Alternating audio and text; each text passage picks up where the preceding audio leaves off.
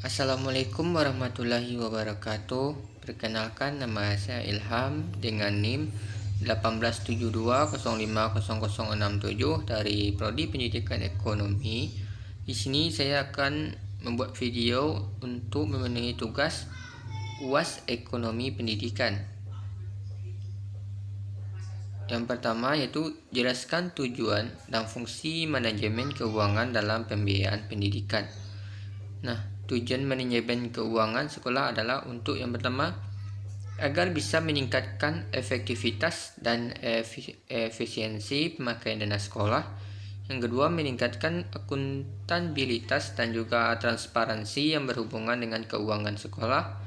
Dan yang ketiga, meminimalisir penyalahgunaan anggaran untuk hal yang tidak diperlukan.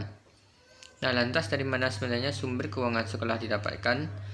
Sumber keuangan sekolah tidak hanya didapatkan dari iuran wajib siswa saja. Ada beberapa pemasukan lain yang masuk ke dalam keuangan kas sekolah seperti dari bantuan orang tua, dana BOS, sumbangan hingga unit bisnis. Sumber keuangan tersebut harus di-manage dengan baik dan menghindari hal-hal yang tidak diinginkan. Sedangkan fungsinya yaitu yang pertama, perencanaan pembiayaan pendidikan atau budgeting. Ada 4 langkah atau tahap dasar perencanaannya, yaitu yang terdiri tahap pertama, tahapan meletakkan tujuan atau serangkaian tujuan. Yang kedua, merumuskan keadaan saat ini, pemahaman akan kondisi. Yang ketiga, mengidentifikasikan segala kemudahan, kekuatan, dan kelemahan. Yang keempat, mengembangkan rencana atau serangkaian kegiatan untuk kedepannya. Dan selanjutnya ada pelaksanaan pembiayaan pendidikan, accounting yang terdiri dari penerimaan biaya pendidikan dan pengeluaran biaya pendidikan. Dan yang ketiga, evaluasi pembiayaan pendidikan atau evaluasi. Selanjutnya, apakah sumbangan terbesar lembaga pendidikan untuk pembangunan ekonomi, begitu pula sebaliknya? Nah, pada dasarnya pendidikan memiliki keterkaitan dengan pertumbuhan ekonomi dan kontribusi pendidikan dengan permasalahan dan pembangunan ekonomi. Dapat kita lihat perannya, semakin tinggi kualitas sumber daya manusia itu akan berdampak pada tingginya pendapatan nasional dan semakin tingginya pertumbuhan ekonomi di suatu negara. Nah, pendidikan juga meningkatkan kualitas hidup manusia dan manfaat sosial yang lebih luas, baik untuk individu maupun masyarakat. Nah, pendidikan meningkatkan produktivitas dan kreativitas tenaga kerja, serta meningkatkan kewirausahaan dan kemajuan teknologi. Bahkan, pendidikan memainkan peran yang penting dalam menyelamatkan kemajuan sosial dan ekonomi dan meningkatkan distribusi pendapatan. Nah, pendidikan memainkan peran utama dalam membentuk kemampuan sebuah negara berkembang untuk menciptakan pengetahuan baru, menyerap teknologi modern, melahirkan tenaga-tenaga ahli, serta mengembangkan kapasitas agar terciptanya pertumbuhan serta pembangunan berkelanjutan. Nah, apakah sumbangan terbesar lembaga pendidikan untuk pembangunan ekonomi, begitu pula sebaliknya?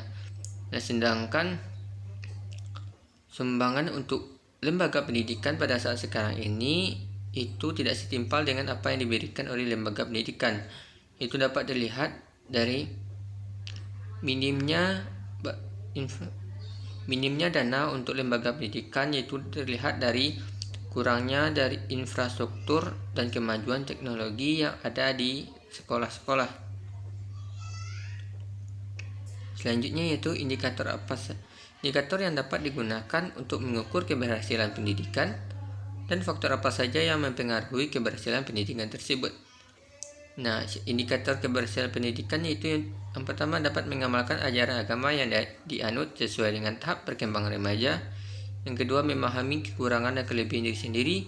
Yang ketiga, menunjukkan sikap percaya diri. Yang keempat, mematuhi aturan-aturan sosial yang berlaku dalam lingkungan yang lebih luas.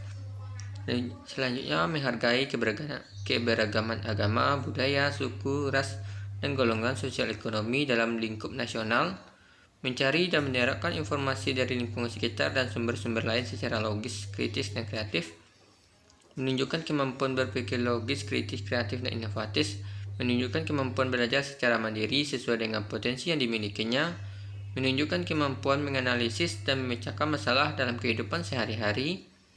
Mendeskripsikan gejala alam dan sosial, memanfaatkan lingkungan secara bertanggung jawab, menyerapkan nilai-nilai kebersamaan dalam kehidupan bermasyarakat, berbangsa, dan bernegara demi terwujudnya persatuan dalam kesatuan Republik Indonesia. Nah, itu merupakan beberapa indikator dari keberhasilan pendidikan. Sedangkan faktor yang mempengaruhi pada pendidikan itu yang pertama ada faktor keluarga, yang kedua faktor sekolah, ketiga faktor lingkungan, keempat faktor fisiologis, dan kelima adalah faktor psikologis. Selanjutnya, apa saja manfaat yang diterima setelah menjalani proses pendidikan? Yang pertama itu dapat mengurangi kemiskinan. Yang kedua, penghasilan lebih tinggi. Yang ketiga, menawarkan kesetaraan. Yang keempat, kesehatan. Yang kelima, pertumbuhan ekonomi meningkat. Yang kelima, mengurangi tindak kejahatan, manfaat lingkungan, mengurangi kekerasan berbasis gender, dan mengurangi pernikahan anak.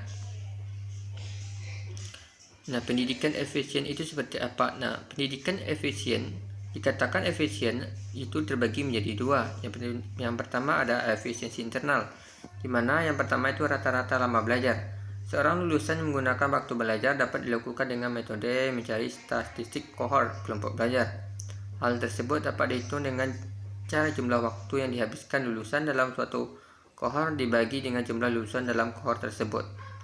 Yang kedua, input-output ratio adalah perbandingan antara murid yang lulus dengan murid yang masuk dengan memperhatikan waktu yang seharusnya ditentukan untuk lulus. Artinya, dibandingkan antara tingkat masukan dengan tingkat keluaran. Selanjutnya, efisiensi eksternal.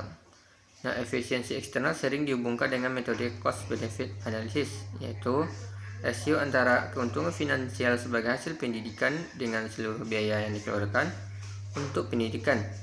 Analisis efisiensi eksternal berguna untuk menentukan kebijakan dan pengalokasian biaya pendidikan, juga merupakan pengakuan sosial terhadap lulusan atau hasil pendidikan.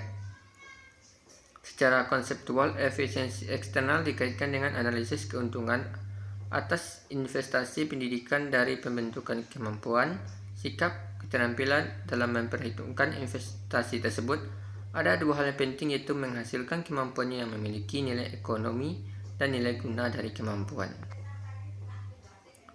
Nah, demikianlah yang dapat saya sampaikan dalam proyek UAS kali ini. Wassalamualaikum warahmatullahi wabarakatuh.